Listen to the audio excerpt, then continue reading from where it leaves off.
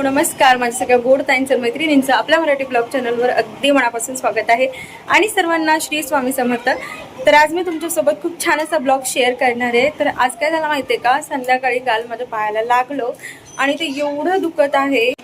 रात्रीनं माझ्या पायाला ठेस लागली आणि ते एवढं भयंकर दुखत होतं ना, म्हणजे काल रात्रीपासून मला झोपच नाही। ते सारखं असं कणारल्यासारखं झालं होतं आणि नक्त पूर्ण असं उपसून निघायसारखं झालंय। आणि आज माझं सगळं घरातलं काम बाकी आहे। आज मी काहीच केलेलं नाहीये, फक्त स्वयंपाक केला, मुलांना जेव घातलं, आरूला टिफिन वगैरे दिला, ह्यांना टिफिन दिला आणि ह्यांनी पण म्हणले होते की दुखत असेल पाय वगैरे तर आराम कर, जेव्हा होईल तेव्हा बाकीची कामं कर। आणि आता टाइम दाखवते तुम्हाला, आता वाजलेले 12:15 वाजलेत आणि सगळ्या कामाला उशीर झालाय। तर आजचं रुटीन तर असंच तुमच्यासोबत मी शेअर करेन जे आहे ते।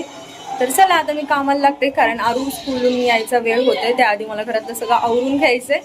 चला आता मी करते सगळी कामं। इथे पिल्लू बसलंय बिस्किट खात आणि घराची अवस्था अशी आहे कारण बाहेर कपडे सुकत नाहीयेत। कंटिन्यू 4 दिवस झाला पाऊस चालू आहे, येते जाते, त्यामुळे मग कपडे सुकत नाहीयेत। त्यामुळे मग अशा पद्धतीने सुकावं लागले। तर ह्याला थोडंसं इग्नोर करत आहे ना, कारण सध्या पावसाळा चालू आहे आणि त्यामुळे कपडे सुकत नाही, तर असेच टाकावे लागतात। काही पण मी चहा घेतला नाही, तर मी आता माझ्यासाठी थोडासा चहा बनवते आणि नंतर मग कामाला सुरुवात करते। सगळं किचन पण तसंच पडलेलं आहे, अजून काहीच किचन मधलं आवरलेलं नाहीये।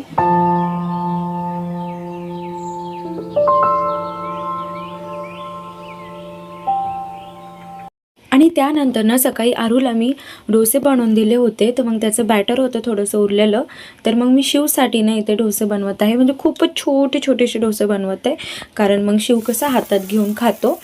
त्याला असं मोठा डोसा बनवून दिला ना बघा, तर तोडून तो खात नाही, तसाच ठेवतो। मग एक तर मला त्याला खाऊ घालावं लागतं, नाही तर मग ते तसंच ठेवतो। म्हणून मग पिल्लूसाठी तशा पद्धतीने बनवलं। साईड बाय साईड आता माझा चहा पण झालाय। तर सकाळी काय झालं, मी आज चहाच घेतला नाही, कारण फक्त पटापट टिफिन वगैरे बनवलं, ह्यांचा स्वयंपाक वगैरे केला आणि मग आरामच करत बसले होते। तर त्यानंतर आता पिल्लूला मी इथे डोसे आणून दिले, तर पिल्लू आपल्या हाताने खात आहे आणि मी पण आता चहा वगैरे घेते। आणि तुम्ही पण या ताईंनो चहा प्यायला। तर आता मी आलेले आहे किचनमध्ये आणि ही रात्रीचीच भांडी होती जी मी लावली नव्हती सकाळी। तर आता सर्व भांडे वगैरे लावून घेत आहे, थोडेसे ट्रॉलीमध्ये वगैरे लावले आणि बाकीचे सर्व भांडे आहेत ना ते मागच्या रूममध्ये आपलं रॅक आहे ना बघा, तर तिथे सर्व लावून घेतले। आणि स्वयंपाक पण केलेला होता, तर ते स्वयंपाक सगळं आता मला दुसऱ्या भांड्यांमध्ये काढून ठेवायचं आहे। आणि शिवचा डोसा संपला होता, तर शिव म्हणत होता मम्मा मला अजून पाहिजे, तर मग आता शिवसाठी मी परत डोसे वगैरे बनवून दिले। आणि जोपर्यंत पिल्लू खात आहे ना तोपर्यंत शांत बसतो आणि त्याचं खाणं झालं की मग मम्मा मम्मा करून आवाज देतो। म्हणून मग पटकन मला आता किचनचं सगळं आवरून घ्यायचं। आणि काय झालं माहिती आहे का, 2-3 दिवस झालं पिल्लूची तब्येत पण थोडीशी बरी नाही आहे, म्हणजे थोडंसं ताप वगैरे येते हलकी त्याला। तर काल डॉक्टरकडे पण नेलं, तर डॉक्टरने सांगितलं की गरम पाणी वगैरे करून द्या म्हणून प्यायला, त्याला थंड पाणी नका देऊ। तर मग मी थोडंसं ना पाणी पण बॉईल केलं होतं, ते बॉटलमध्ये भरून वगैरे ठेवलं। असं दिलं ना तर तो पित नाही, पण बॉटलमध्ये वगैरे टाकून दिलं ना मग पितो। म्हणून मग त्याला आता मी नेऊन दिला, आता तो टी व्ही बघत खात आहे आणि मी पण माझं किचन वगैरे सगळं आवरून घेत आहे सोबतच। तर तुम्ही ते बघू शकता, खूप सारी भांडी वगैरे पडलेत। तर सुरुवातीला नेहमीप्रमाणे खरकट वगैरे सगळं भांड्यांमधलं काढून घेते आणि आता सगळे भांडे वगैरे घासून घेते।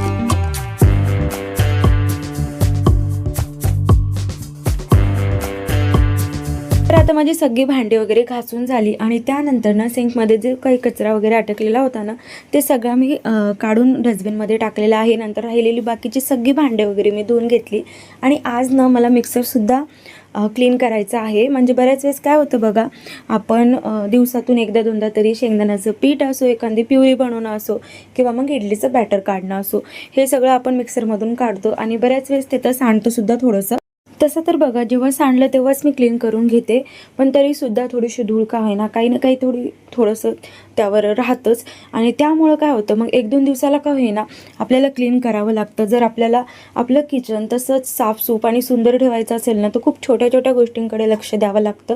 आणि स्पेशली माझं तर व्हाईट किचन आहे, त्यामुळं मग मला ना थोडं जास्त मेहनत करावं लागते, म्हणजे साफसफाई करावं लागते. नाही तर मग ते व्हाईट किचन असलं ना, त्यावर सगळं घाण वगैरे लगेच दिसतं. आणि मग मिक्सर वगैरे पण व्हाईट आहे, त्यामुळे त्यावर पण थोडंसं जरी घाण जमा झाले ना तर मग लगेच दिसतं. त्यामुळे मग काय करते, 1-2 दिवसाला काय ना ते पुसून घेते. आता दररोजच्या दररोज खरंच सांगते नाही होत, कारण सकाळी पण कामाची गडबड वगैरे असते, त्यामुळे मग त्यातच वेळ जातो. म्हणून मग 1-2 दिवसाला असा वार ठेवलेलाच आहे. त्या दिवशी कधी म्हणजे मिक्सर साफ करायचं, कधी घरातली एक्स्ट्रा कामं करायची, तर त्या हिशोबाने काम करत असते. खूप छोट्या छोट्या हॅबिट्स असतात बघा, ज्यामुळे आपलं किचन घर वगैरे स्वच्छ सुंदर दिसतं. जसं की बघा, प्रत्येक कामासाठी ना एखादा असा वार ठरवायचा आणि त्या हिशोबाने काम करायचं. आता दररोजचं डेलीचं काम तुम्हाला करावंच लागणार आहे, ते काय कुणाला चुकणार नाही आहे. किचनची क्लिनिंग, हॉल क्लिनिंग वगैरे सगळं हाऊस क्लिनिंग ते तर कुणाला चुकत नाही, ते करूनसुद्धा पण दुसरं पण कामं असतात बघा, जसं की मिक्सर साफ करणं असो, स्विच बोर्ड क्लीन करणं असो, भाज्या निसणं असो, स्वयंपाकाची पूर्वतयारी करणं असो. तर हे सगळं ना व्यवस्थितपणे केलं ना, मॅनेज करून, टाईम टेबल करून, तर सगळ्या गोष्टी खूप छान होतात. आणि जर तुम्हाला हवं असेल ना की मी कशा हिशोबानं काम करते, म्हणजे माझं घरातल्या कामाचा कसा टाईम टेबल वगैरे आहे, तर तुम्ही नक्की मला कॉमेंट करा की तुझा टाईम टेबल वगैरे दाखवता येईल. तर मग मी नक्कीच तुमच्यासाठी घेऊन येईल आणि तो पण व्हिडिओ तुमच्यासोबत शेअर करेन. कारण एकाच दिवशी सगळं करायला गेलं ना बघा होत नाही, आणि घरात जेव्हा लहान मुलं असतात तेव्हा अजून सगळं करायला अवघड जातं. म्हणून प्रत्येक कामाचा एक वेगळा टाईम टेबल करायचा आणि त्या हिशोबानं कामं करायचे. त्यामुळे आपलं घर पण स्वच्छ राहतं, जास्त स्ट्रेस पण येत नाही आपल्यावर कामाचा, आणि सगळ्या गोष्टी आपण व्यवस्थित करू शकतो. स्वतःसाठी पण टाईम काढू शकतो. आणि एखादी तुमचं काय म्हणतात त्याला, आवड असेल तर ती पण तुम्ही जोपासू शकता.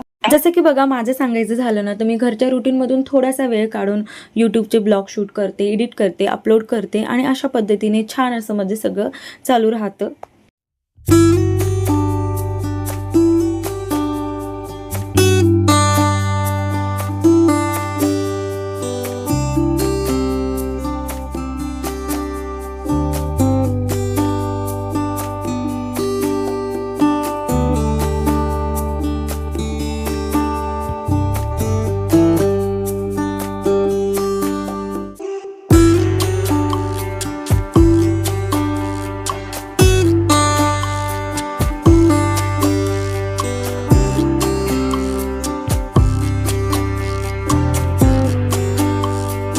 तर आता किचनमधलं माझं सगळं काम आवरून झालं आणि त्यानंतर ना मिक्सर पण मी व्यवस्थित पुसून घेतलेला आहे. तर मिक्सर खाली ना हा मी पाट ठेवते, ते पण व्यवस्थित पुसून घेतला. धुतलेला वगैरे नाही आहे, कारण तो काय म्हणतात लाकडाचा आहे आणि तो खराब होईल पाण्याने धुतल्यामुळं, थोडंसं पुसून घेतला आहे. नंतर इथे बघू शकता हा स्विच बोर्ड पण मी लगे हात क्लीन करून घेत आहे. कारण बघा महिन्यातून असो, 15 दिवसातून असो, किंवा मग 1-2 महिन्याला काही नाही स्विच बोर्ड क्लीन करावं लागतं. कारण मग ते तसंच ठेवलं ना तर मग खूप घाण दिसतात, आणि एकदम व्हाईट किचनमध्ये असल्यामुळे ते अजून घाण दिसतं. म्हणून मग थोडंसं मी क्लीन करून घेत आहे. आणि स्विच बोर्ड मी कशा पद्धतीने क्लीन करते ते सांगते. तर बघा, प्रत्येकाच्या घरी एखादा जुना दात घासण्याचा ब्रश असतो, त्यावर थोडीशी टीप घ्यायची आणि थोडंसं त्यानं ना हे करायचं, म्हणजे घासून घ्यायचं, हलक्या हाताने घासायचं. ते लिक्विड स्विचबोर्डमध्ये जाता कामा नये, कारण आणि बटन वगैरे बंद करूनच पुसून घ्यायचं आहे. नंतर कोरड्या कपड्यानं पुसून घ्यायचं. बघा, फक्त 1 मिनिटामध्ये छान आणि क्लीन एकदम स्विचबोर्ड होतो. त्यानंतर इथे बघू शकता लास्टला ना सिंक वगैरे क्लीन करायचं राहिलं होतं. त्यानंतर ना हे सिंक पण मी घासून घेतलं, आणि सिंकमधली जी चाळणी असते ना बघा, ती पण मी दररोज घासून धुवून परत त्यामध्ये टाकून ठेवते.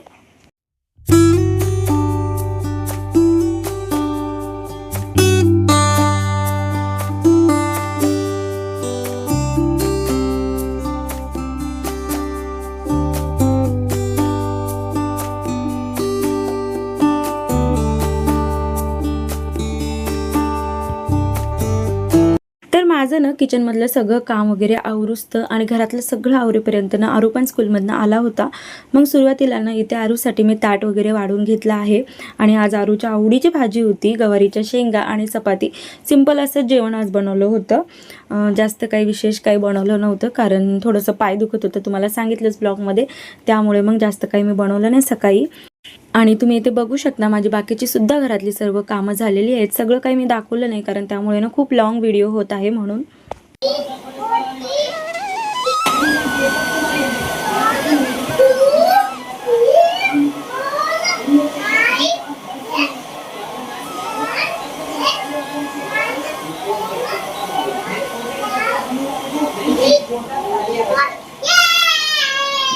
काय झालं? काय म्हणाला तू? उजळणी म्हणाला?